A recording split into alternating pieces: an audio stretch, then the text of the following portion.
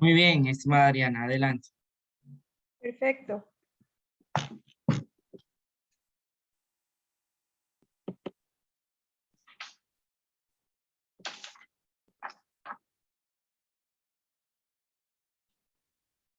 Buenas tardes a todos.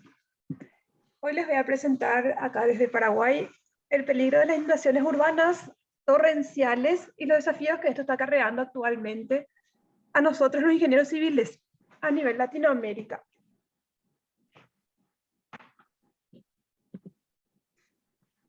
En las fotografías de fondo, particularmente regionalmente hablando, tanto en Paraguay como en Latinoamérica, tenemos el gran inconveniente que normalmente las precipitaciones y los cauces hídricos nos provocan grandes inundaciones en nuestras ciudades. Solamente para tenerlo de referencia, siempre que pongo este tema específico, coloco imágenes de los lugares donde podemos ver que no es un problema actual, es un problema que viene hace mucho tiempo. Esta es una foto de antaño, allá por los años 70, pero actualmente se sigue presentando y se sigue agravando por varios factores que vamos a ir viendo en esta presentación. Ya me ha presentado el profesor. Primero que nada, debemos saber por qué se producen estas inundaciones. En realidad, generalmente, a nivel Latinoamérica, ya sea ciertas variaciones en ciertas ciudades, se da por dos cosas principalmente. Primero que nada, por el desbordamiento de cauces hídricos urbanos, arroyos y ríos que cruzan las ciudades, y luego también las inundaciones provenientes exclusivamente por las precipitaciones que escurren en las ciudades generalmente impermeabilizadas, con grandes escorrentías sobre calles, sobre canales, sobre veredas, o puede ser, está claro, la conjunción de ambos factores. Cosa que se da mucho en el caso que tengo mejor estudiado, que es la ciudad de Asunción y sus alrededores.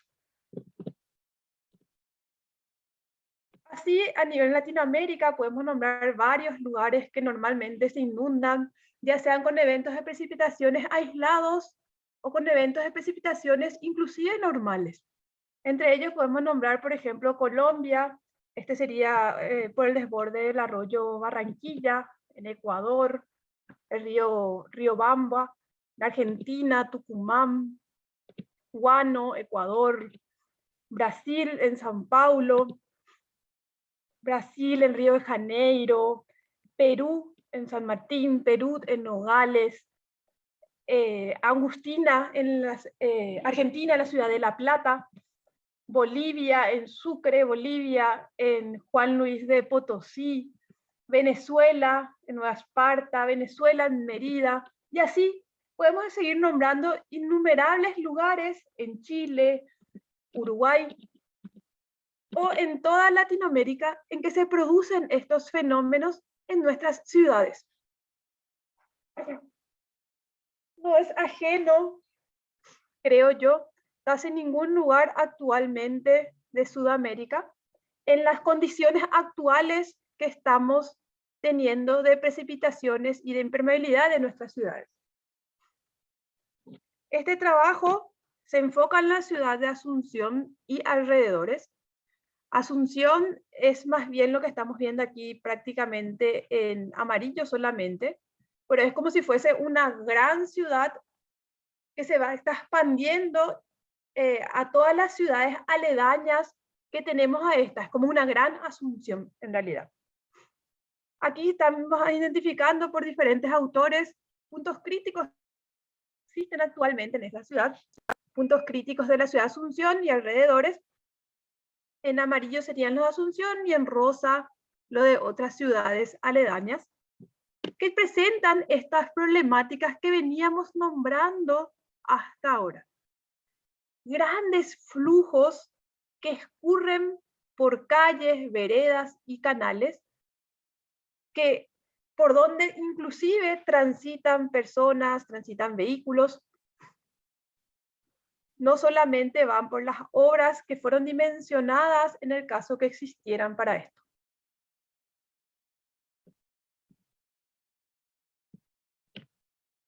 Entonces ahora hablemos un poquitito de precipitación. Se habla mucho del cambio climático y de la influencia que podría tener este en varios factores, entre ellos las inundaciones, que si bien es una realidad que se está presentando actualmente, no necesariamente podemos llegar a culparle todo al cambio climático. Solamente como un ejemplo, tomé acá 10 años de datos, limitándome solamente a eventos que hayan producido realmente grandes inundaciones en la ciudad de Asunción. Y en 10 años de datos tenemos 10 eventos que se presentaron de gran magnitud.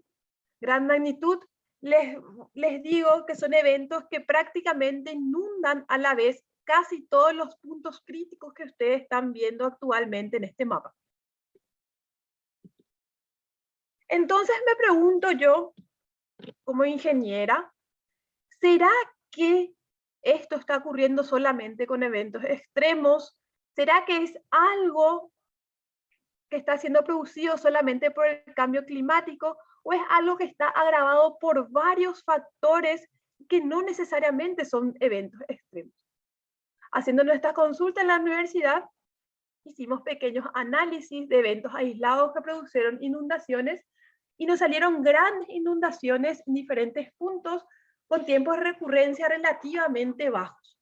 Estamos hablando de tiempos de recurrencia de 2 años, de 1 año, de 5 años. Tiempos de recurrencia con los que no fueron dimensionadas las obras o con las que nos deberían ser dimensionadas las obras intervinientes de desagüe pluvial de las ciudades. Luego, otro factor importante que se presenta son los cambios en el uso del suelo. Sabemos nosotros que existe, les puse como un ejemplo este gráfico sería cuánto fue modificándose la cobertura boscosa en diferentes países de Sudamérica y del Caribe. Están porcentajes en el eje izquierdo, podemos ver los porcentajes de cobertura boscosa que tienen cada uno de estos países relativo a su área propia. Por aquí le vamos a estar viendo a Paraguay, está en un orden del 40%. Este es del año 2020. Y en lila se ve la variación que tuvo desde el año 90 al año 2020 de esta cobertura boscosa, ¿sí?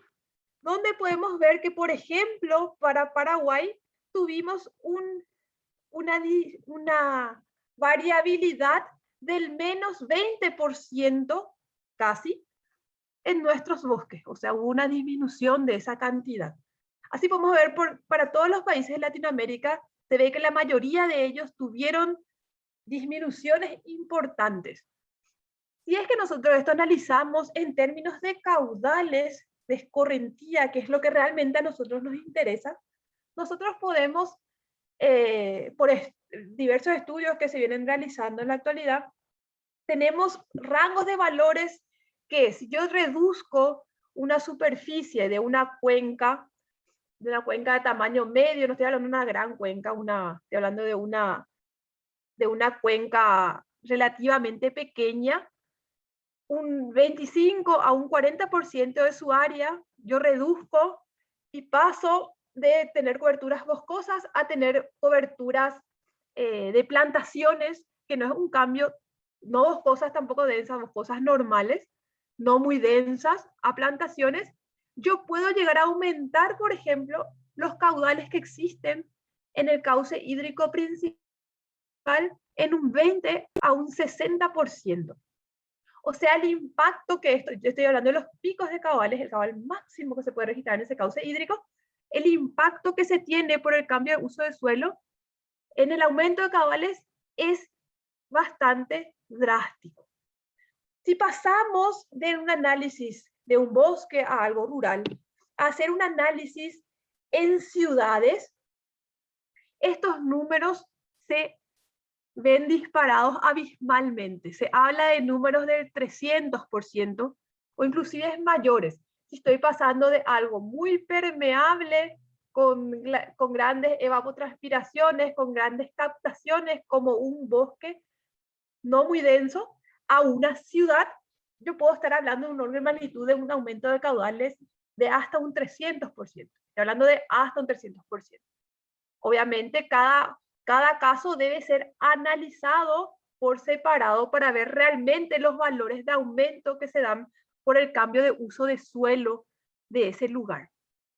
Asunción en particular es una ciudad que está creciendo bastante, está creciendo mayoritariamente de forma horizontal. Asunción sería antiguamente lo que estamos viendo en un punto rojo y va creciendo hacia sus ciudades aledañas, como estamos viendo aquí con puntos amarillos, inclusive al otro lado del río. En este caso está con la ciudad de Nanagua, también ya está la ciudad de Remancito, ahora actualmente Chacoí, que está creciendo de forma horizontal. Hidráulicamente hablando, que crezca una ciudad de forma horizontal, la impermeabiliza, grandes cuencas se vuelven completamente impermeables y aumenta el caudal de una forma mucho mayor a que si la ciudad creciera, tuviera una planificación de crecimiento vertical. Aparte de muchos otros problemas que trae el crecimiento horizontal, como por ejemplo, obviamente que si mi ciudad crece verticalmente, no voy a tener tantos problemas de transporte, porque las distancias no se van a ir alargando. Sin embargo, si crece horizontal, las distancias se alargan y hay otros problemas distintos. No voy a hablar del tema, no me voy a inmiscuir mucho porque no es mi especialidad. Mi especialidad es la hidráulica, que es lo que me gusta realmente. ¿Ok? Entonces, a partir de los que les fui diciendo, las precipitaciones, ¿será que llueve diferente? El cambio de uso de suelo, como estamos viendo en el caso de Asunción y como ocurre a nivel Latinoamérica, nosotros podemos decir que tal vez los volúmenes precipitados sean un poco mayores o iguales, pero las condiciones en donde está escurriendo este volumen de agua actualmente son muy distintas y realmente provocan caudales muy grandes, muy grandes. Acá podemos tener dos imágenes de la ciudad de Asunción y alrededores. Aquí estaría Ciudad de Asunción, las ciudades aledañas. Este es del año 84, una imagen Landsat, donde si suponemos con una imagen del Google de hoy día, podemos ver el gran crecimiento que tuvo la ciudad de Asunción en este tiempo. Gran crecimiento, toda la parte de Lambaré ya es completamente, toda esta zona es completamente densificada, no solamente es densificado de una forma areal que se está extendiendo, sino también, si ustedes observan, los pequeños puntos verdes que teníamos antes, ya no lo estamos teniendo actualmente, ya no nos funcionan como pequeños lugares de alguna forma de almacenamiento dentro de las ciudades. Sería el cambio que tuvo. A partir de ello, entonces, quiero que ustedes estén bien parados en qué podría estar acarreando todo este flujo que tenemos en las ciudades, aparte de una gran falta, particularmente en Asunción, de infraestructura pluvial.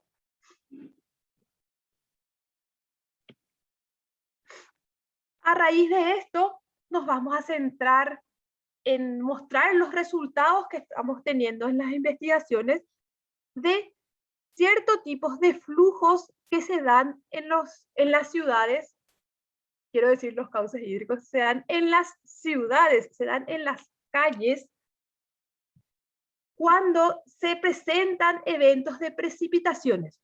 ¿Ok? Yo puedo dividir en dos grandes grupos. Aquellas inundaciones urbanas que me dan grandes niveles de aguas pero flujos relativamente lentos, y aquellas inundaciones urbanas donde los niveles de agua en sí no son muy grandes, pero traen flujos muy rápidos en calles y veredas, por donde estén transitando la población. Nosotros los estudios enfocamos en este segundo grupo, grupos muy rápidos, de flujos muy rápidos, de flujos muy turbulentos, de flujos muy característicos de los raudales que tenemos, de los flujos en calles que tenemos por escorrentías y desbordamientos de cauces hídricos en la ciudad de Asunción.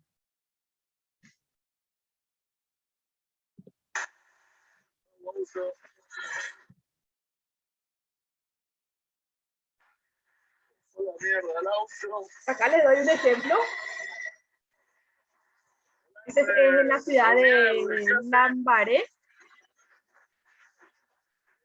Para que tengan un orden de magnitud de la cantidad de agua que puede llegar a escurrir por una calle.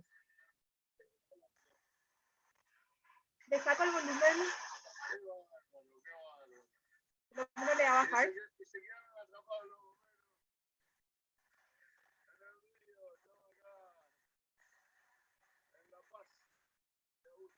Ustedes mismos pueden caracterizar este flujo.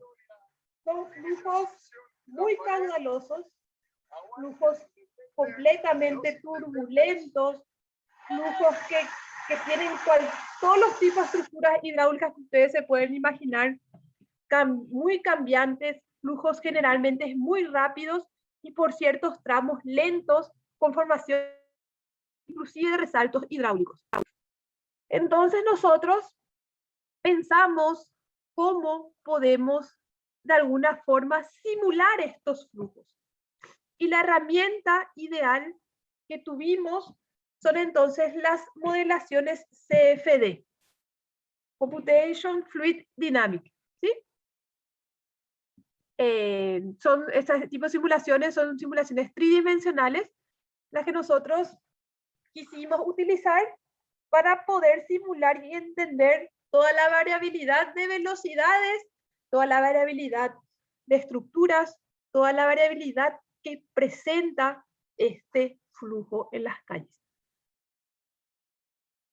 Para ello existen leyes que nos describen el movimiento de estos flujos, que son las ecuaciones de Navier-Stokes con continuidad. Estas serían las simplificadas utilizadas en el modelo CFD que nosotros vamos a mostrar luego los resultados.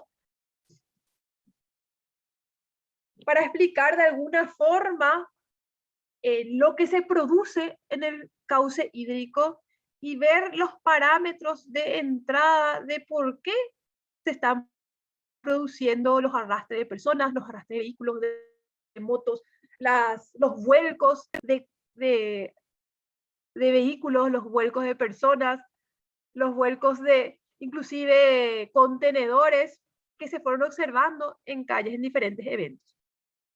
Para eso vamos a explicar un poquitito de cómo se produce el vuelco y cómo se produce el deslizamiento de objetos dentro de flujos para que lo tengan conceptualizado de una forma muy sencilla.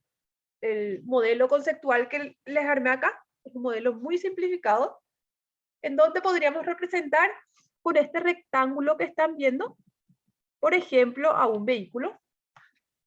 El vehículo que está ya volcado acá a la derecha arriba sería el rectángulo celeste. Que si es que tenemos un flujo que va de mi pantalla, en este sentido de derecha a la izquierda, en ese sentido, que choca contra el vehículo y lo sobrepasa por sus costados, vamos a tener un área de ataque en este lateral que están viendo aquí, que la fuerza hidrodinámica que está chocando contra el vehículo quieto me va entonces a producir una fuerza que le denominamos como fuerza de flujo. Esta fuerza de flujo va a producir el vuelco de este vehículo, tomándole como punto de vuelco la rueda, por eso no le puse en el extremo, metido en un lado, ¿ok?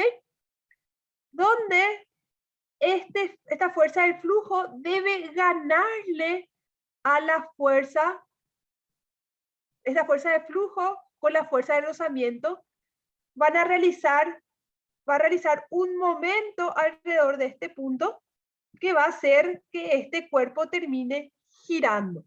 O sea, tenemos que tener una palanca de vuelco que depende directamente del tirante que estamos teniendo en el flujo y de una fuerza en el flujo que depende directamente de las velocidades que estamos teniendo en el flujo.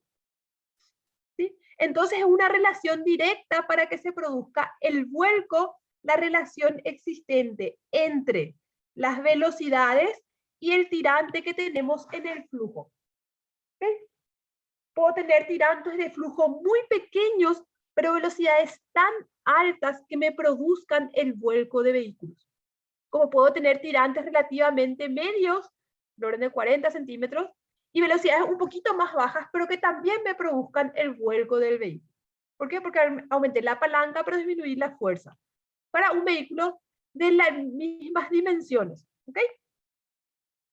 Aparte, recuerden que si el flujo está entrando por debajo del vehículo, también va a haber una fuerza siempre existente de flotabilidad, siempre que el agua ya llega a la parte inferior del vehículo. ¿Sí? Entonces no es todo el peso del vehículo el que se debe ganar, es ya la diferencia entre el peso y la flotabilidad que está existiendo, y también la flotabilidad, llamémosle como la sumatoria del empuje más la sustentación que se produce por el flujo hidrodinámico bajo del vehículo. Entonces tiene que vencer a la diferencia de esto y no al peso en sí del vehículo. Luego, la otra forma sería el deslizamiento. El deslizamiento se produce de una forma un poquitito más, llamémosle, fácil de explicar, donde directamente la fuerza producida por el flujo le debe de ganar a la fuerza de rozamiento que está haciendo el vehículo contra el fondo.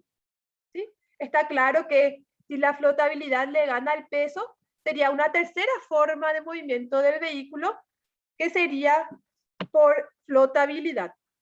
¿Ok? Que no es un caso estudiado porque eso se da normalmente con tirantes de agua muy elevados, o sea, mucho más elevados. ¿Ok? Entonces, si es que mi fuerza de flujo le gana a la fuerza de rozamiento, el vehículo o la persona se va a estar moviendo por deslizamiento. Que sería la otra forma analizada. Para ello, el método elegido fue la conjunción de, teníamos que medir de alguna forma ese volumen de agua transportado por el flujo en las calles y simularlo al mismo tiempo, de modo a poder contrastar y poder encastrar lo medido con lo simulado y poder de alguna forma calibrar y validar el modelo de simulación que nosotros estábamos realizando. Para eso nosotros elegimos la técnica de LSPIB. La técnica de LSPIB es una técnica que a partir de un procesamiento de imágenes me determina un campo de velocidades superficiales que tenemos en el flujo en ese momento. Campo de velocidades superficiales. ¿Ok? Para eso normalmente se hace una toma de datos a partir de un aparato que pueda filmar, por ejemplo, un teléfono celular. Acá lo tenemos como ejemplo, el dibujito que están viendo. Se hace un preprocesamiento de estos datos, ya que tenemos que tener distancias conocidas para poder realmente magnificar el movimiento del flujo que se está produciendo en esa filmación. Entonces hace un preprocesamiento de los datos. Luego, a partir de un programa que se llama PitLab, se hace un procesamiento de datos. Que lo que se busca en realidad es transformar con la técnica de LSPIB todas las ondulaciones, todas las pequeñas, los pequeños píxeles que uno puede seguir a través de las filmaciones, uno puede transformar en un campo de velocidades a través de este programa, ¿sí? Pero fíjense que nuestras filmaciones generalmente no están rectilíneas respecto al flujo. Estamos filmando así mismo como se está viendo este plano desde un plano oblicuo. Entonces, luego de hacer ese procesamiento, de pasar todos los cuadros de imágenes que teníamos a vectores velocidades, debemos de rectificar estos vectores velocidades para que logremos realmente representar lo que serían un plano que es considerado como la superficie libre del líquido. Para eso se usa el river. Ese postprocesamiento lo realizamos con este modelo.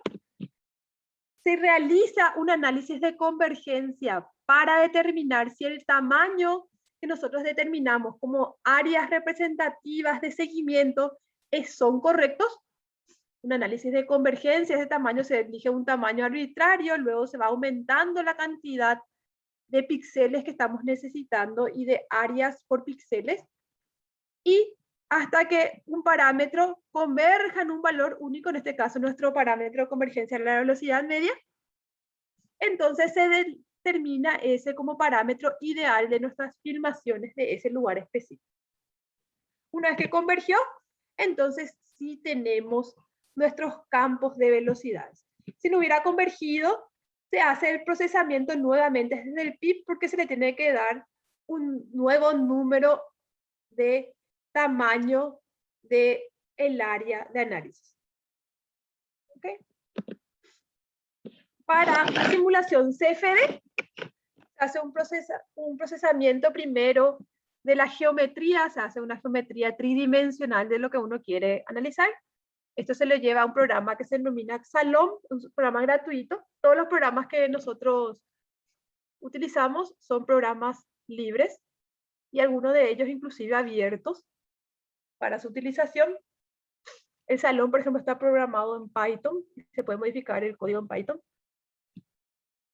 Se hace una verificación de la malla, se hacen relaciones de asimetría de ángulos, de relación de aspecto de cada volumen de malla que uno determinó. Luego se lleva a un modelado, en este caso nosotros utilizamos el modelo OpenFOAM, modelo libre y abierto, que se utiliza para simulaciones CFD. También se hace un análisis de convergencia, en este caso convergencia de malla, o sea, no es lo mismo que yo mi calle lo divida en 10 elementos para analizarlo en el OpenFOAM a que lo divida en 1.000.000 de elementos para analizarlo en el OpenFOAM. ¿Cuál es mejor? El que me dé un costo computacional aceptable sin aumentarme mucho el tiempo. ¿Está bien? Obviamente el limitante es la máquina que uno está utilizando y el tiempo que tarda estas simulaciones. Se hizo el análisis de convergencia, luego se hace una calibración para lo que se utilizaron los datos medidos en el LSPIB, se hizo un contraste entre lo medido con el LSPIB y lo simulado. Cuando tenemos un rango de error aceptable, se pasa a una validación en situaciones que no se hayan hecho la calibración. Sería lo que estamos viendo aquí. Luego, entonces, cuando ya tenemos la calibración realizada y la validación realizada, si es que no tuvimos ya que modificar la malla, ya dijimos, esto está súper aceptable, se pasan a tener los resultados de campo de velocidades con la simulación numérica. Con estos valores se pueden tener los caudales que estamos teniendo en el cauce hídrico. ¿Ok? En el cauce hídrico, en este caso es que estamos teniendo en la calle. En algunos cauces y en la calle. Acá tenemos unos videitos de lo que nosotros fuimos analizando. No sé si voy a poder poner porque me va a llevar a otro lado.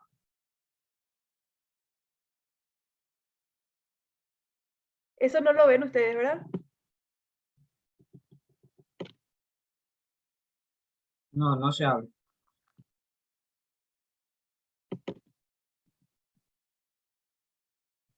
Voy a dejar de compartir y voy a compartir el video ahora, ¿sí? Entonces, así lo pueden ver aunque sea uno de ellos.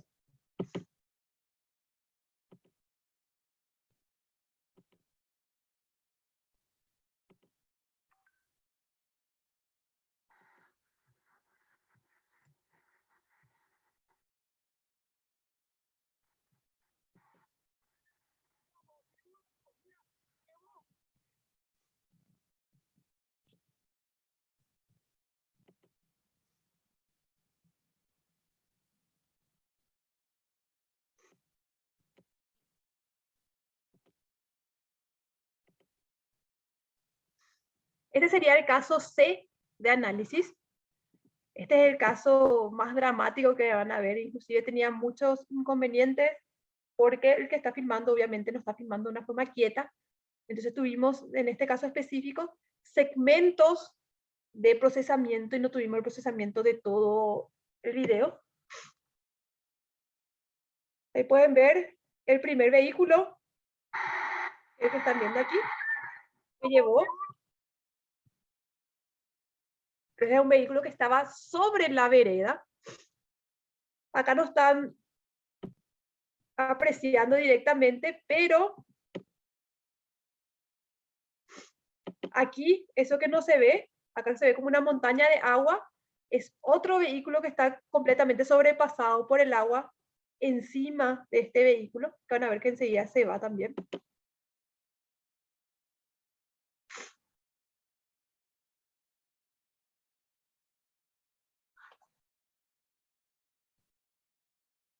La gente se mete en el agua igual intentando llevar sus vehículos. En este caso era en la ciudad de Lambaré, y era un taller mecánico que tenía todos sus vehículos frente al taller mecánico. Ahí se ve el otro vehículo. Ese se va a llevar ahora.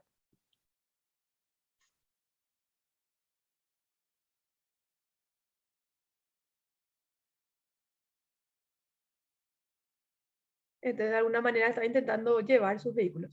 Cuando este sale, que le estaba haciendo como un cuerpo medio junto del todo, le lleva este vehículo, le termina llevando este vehículo.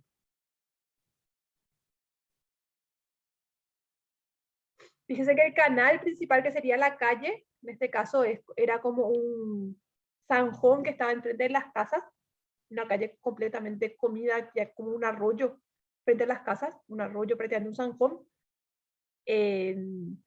Cuando se mete en ese lugar, obviamente se profundiza porque eso sí es muy profundo, pero lo que analizamos nosotros eran los niveles, digamos, de agua y las velocidades que teníamos principalmente en las veredas en este video específico. Aunque también sacamos el canal principal, nuestro interés mayor era allí.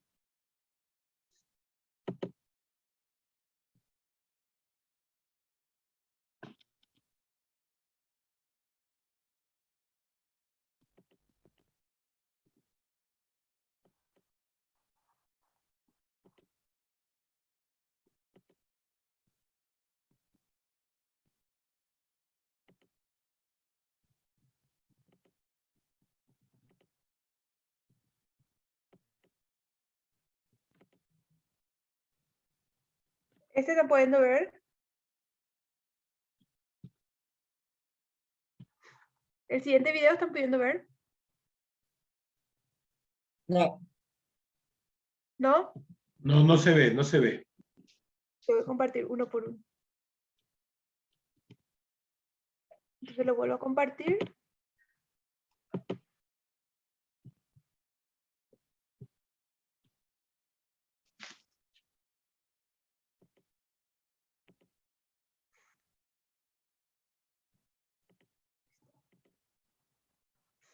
Ese sería el siguiente de otro caso de análisis. Este sí es a partir de una cámara fija, en realidad dos cámaras fijas, una que apunta mirando hacia aguas arriba y este que apunta mirando hacia aguas abajo.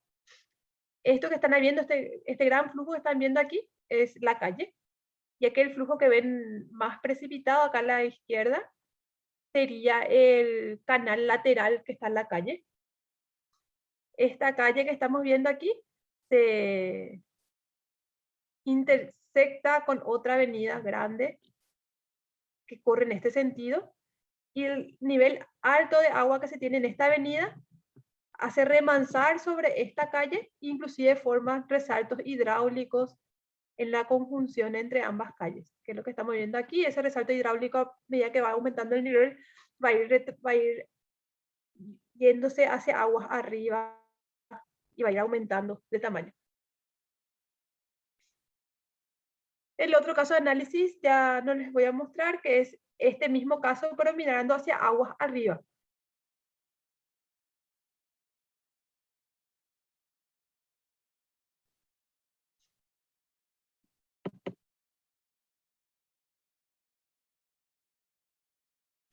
Los videos conseguimos gracias a una parada de taxi que nos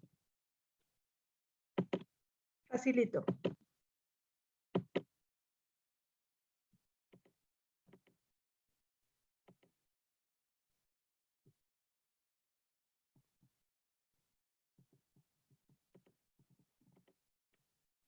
Y así volvemos a la presentación.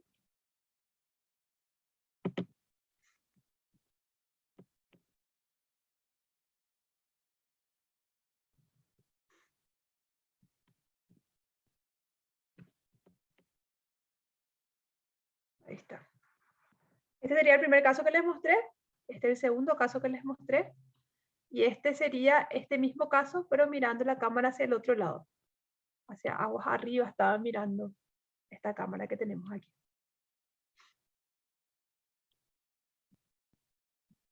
Estos son los resultados que se obtuvieron. A la izquierda vamos a tener siempre los resultados que se obtuvieron por las mediciones con LSPIB, y a la derecha con la simulación numérica. En este caso estamos viendo el resultado A, sería para este caso, mirándose aguas arriba, donde esta es la distribución de velocidades que se obtuvo midiendo con el LSPIB. Particularmente tiene ciertos claros en algunas partes el LSPIB. En particular, esa filmación tenía una gota de agua en la cámara. Teníamos ciertos claros.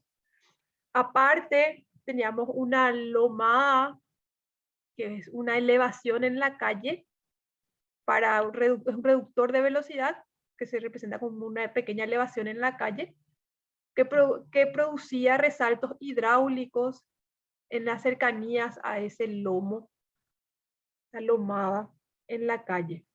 Es esto que se ve aquí, apenitas en esta parte. Estaba en esta zona, por eso en esa parte no se tomaban bien los datos tampoco. Las velocidades que se registran en las calles son velocidades realmente muy altas, son velocidades alarmantes. En los tres casos eran velocidades alarmantes las que se llegaban. Vean el orden de magnitud de 4 metros por segundo, estamos teniendo el orden de magnitud en velocidades puntuales. Estos hay que resaltar porque normalmente uno no, cuando uno hace una simulación hidrológica y uno utiliza modelos unidimensionales, pueden ser hidráulicos también, uno termina obteniendo las velocidades medias del flujo y las velocidades teóricamente distribuidas dentro de los canales, en este caso las calles. Y no tenemos en realidad las velocidades puntuales que se pueden llegar a representar dentro del flujo. Y esto realmente nos dio una alarma enorme. Estas velocidades son altísimas, estas velocidades con niveles muy bajos pueden llevar a casi cualquier persona, pueden arrastrar a casi cualquier persona. En este caso específico, con 20 centímetros de agua aproximadamente, fue arrastrado un vehículo. Este vehículo terminó en el canal lateral que les había mostrado. Lastimosamente hubo fallecimiento de personas a raíz de esto. Si es que uno ve 20 centímetros de agua en calle, Normalmente, si uno tiene un vehículo, uno termina cruzando el flujo que existe en la calle y realmente las velocidades que existen en ese lugar específico son altísimas y pueden terminar arrastrando el vehículo hasta lugares no deseados. En este caso, terminó cayendo en el canal el vehículo.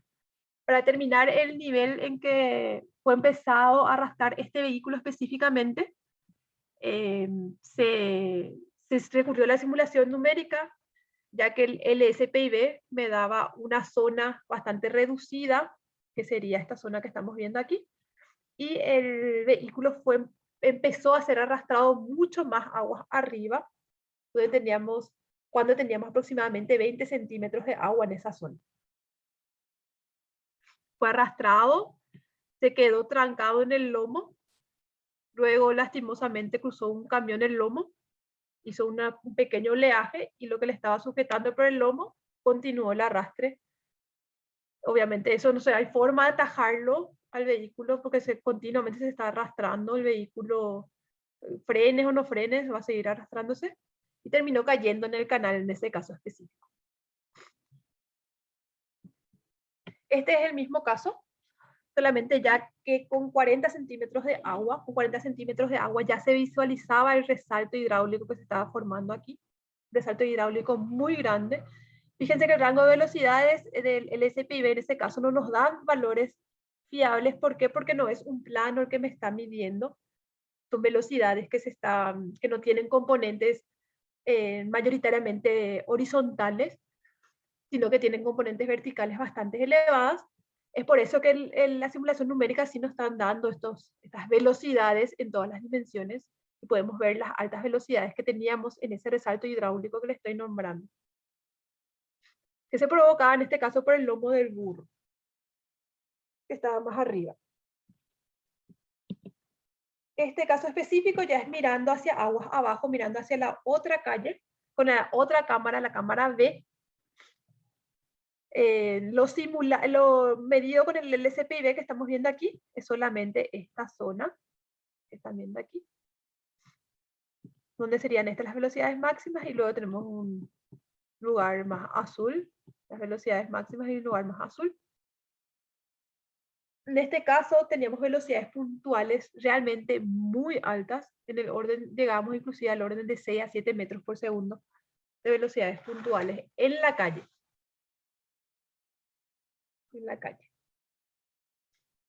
Para que tengan un orden de magnitud, un vertedero con un salto de 20 metros tiene velocidades del orden de magnitud de 15, 18 metros por segundo, dependiendo de sus dimensiones. Eso es para un caso específico. Para que ustedes se recuerden del vertedero, para la gente de Paraguay, el vertedero de Añacuá de Yacyretá, eso está en el orden de 15 a 20 metros por segundo, la velocidad que se están viendo, con un caudal bajo de 1000 metros cúbicos en todo el vertedero.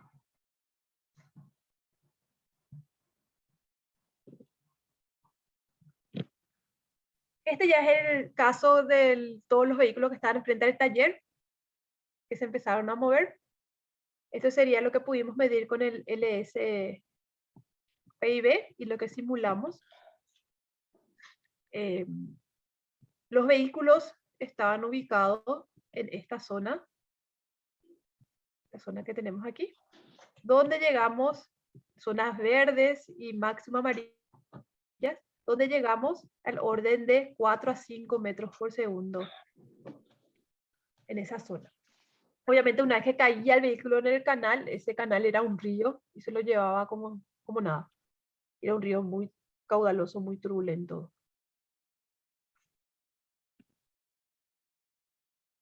Este sería otra zona. Sí. Hola. Le quedan unos 2 minutos para terminar. Dale, gracias. No hay de qué. Esta sería en otra zona donde podemos ver las similitudes también que existen entre ambos videos. La simulación con el LSPIB y la simulación numérica. También tenemos orden de magnitud elevadísimo. En vereda sería en este caso esto que estamos viendo aquí, donde alcanzan valores de 2 metros por segundo, 1,5 metros por segundo en vereda. A partir de eso, entonces uno puede volcar todos estos datos en gráficos similares a los que están viendo, donde podemos ver los rombos más grandes que están viendo, serían los vehículos que se movieron en las filmaciones que ustedes fueron viendo. El que ven en azul sería el caso que les dije que se movió con 20 centímetros, ya fue arrastrado el vehículo.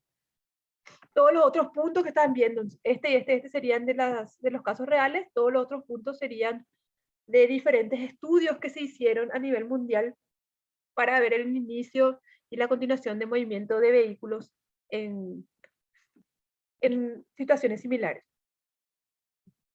Esto sería para personas donde con las velocidades registradas dentro, sobre la vereda y los tirantes registrados sobre las veredas, también vemos una gran zona, gran cantidad de puntos que realmente son muy inestables para las personas que intentan de alguna forma transitar sobre estas veredas o inclusive en las calles cuando ocurren estos eventos. A partir de ello, vamos a concluir con estos puntos finales para resaltar que la metodología planteada es válida para el análisis tridimensional de los raudales, como el flujo que se produce en las calles durante estas inundaciones urbanas, ayudándonos de alguna manera a comprender y analizar todos los fenómenos envueltos, ya que podemos ver toda la tridimensionalidad de lo que ocurre. La técnica del LSPIB es bastante robusta, una técnica no intrusiva. Se podría pensar en tener un sistema de filmaciones en ciertas zonas para poder analizar y recabar más datos, que permite realmente cuantificar los flujos urbanos y su distribución de velocidades, que es algo que nos interesa mucho. En esta técnica, aparte, nos proporcionan los datos que necesitamos para poder calibrar un modelo tan complejo como lo son los CFD.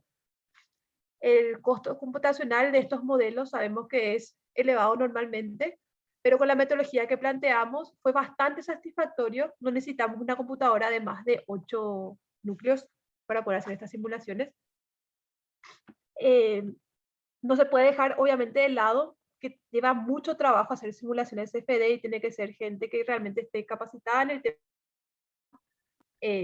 para poder lograr llegar a salidas fiables del modelo y poder lograr una calibración en tiempos accesibles, por decirlo de alguna manera. Luego la simulación CFD sabemos que nos da muchos resultados.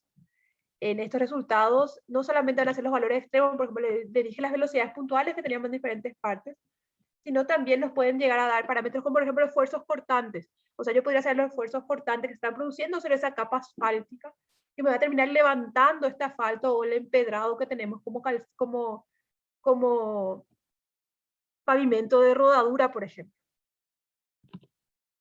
Luego, la conjunción ya de la técnica LSPIB y la simulación CFD está claro que nos permitió calcular muchas cosas, entre ellos un hidrograma de caudales real producido en un evento como este, en un lugar que no estaba realmente instrumentado.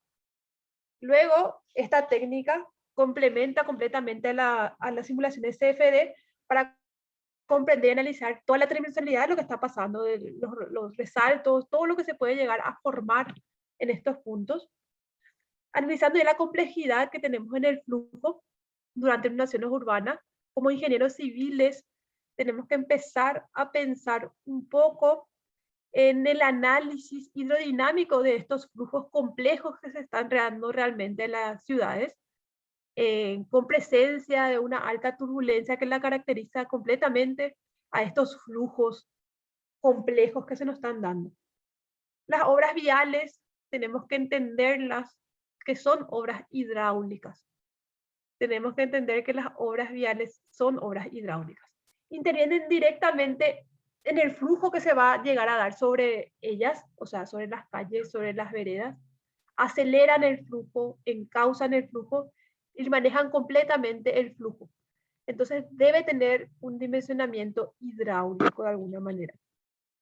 Los factores hidráulicos dimensionantes en general no se presentan con flujos medios, que son las formas que uno normalmente calculan todas las obras hidráulicas. yo hago un modelo unidimensional, igual que sea hidráulico, me va a dar velocidades medias, me va a dar parámetros medios. Y están viendo ustedes que los parámetros puntuales son muy elevados y realmente presentan un riesgo aún para el transeúnte, por ejemplo, de las vías públicas. El flujo medio que se analiza hoy en día, entonces, podemos decir que no representa la variabilidad temporal que estamos teniendo realmente en los flujos, y espacial y longitudinalmente, así como también de forma transversal. Y por último, podemos decir que los flujos, podemos decir que a nivel Latinoamérica tenemos que ampliar este tipo de investigaciones, y por qué no también a nivel mundial, enfocándonos especialmente en determinar los mapas de peligrosidad de flujos urbanos, por ejemplo en la ciudad de Asunción, que tengan en cuenta no solamente niveles, sino también velocidades, pero no velocidades medias, sino velocidades puntuales que se pueden llegar a producir por diferentes parámetros. Escucho preguntas. Gracias.